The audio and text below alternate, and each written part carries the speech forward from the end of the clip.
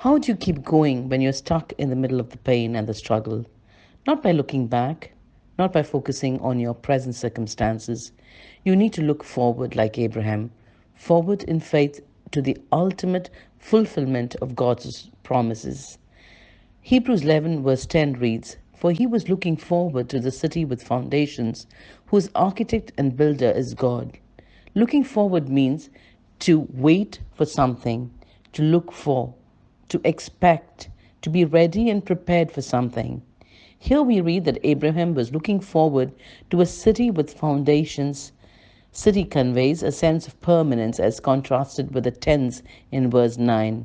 City here, Abraham is looking forward, is not the city of Canaan, but this city's architect and builder is God. So this definitely is a heavenly city. This is a city of the living God. Hebrews 13 verse 14 says, "Here on earth we do not have an enduring city, but we are looking for the city that is to come." In the world, we have this attitude that is prevalent: buy now, pay later. But as Christians, we have to pay now and receive later.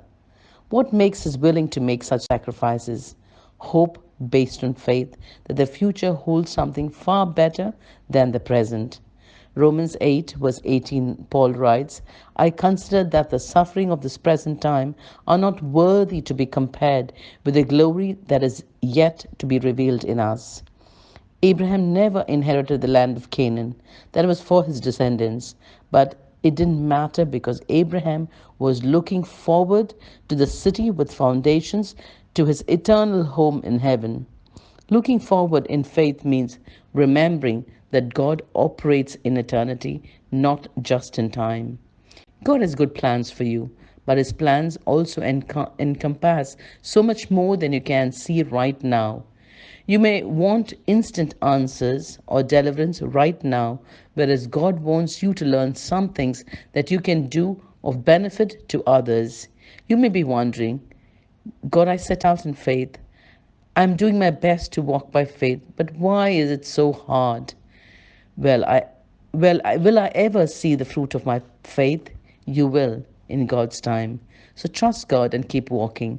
Don't stop halfway. How do you keep walking in faith when you don't see the results? How do you keep your faith strong for the long term? You must look forward in faith to the ultimate fulfillment of God's promise. Remember that God walks in eternity, not just in time. Remember that God's plans are bigger than yours. There's nothing more exciting, more fulfilling than following God's leading in your life. It's always easy. It takes faith, but in the end, all God's paths are paths of peace, joy, and fulfillment. Will you commit yourself to the lifelong adventure of following God's leading? Be blessed.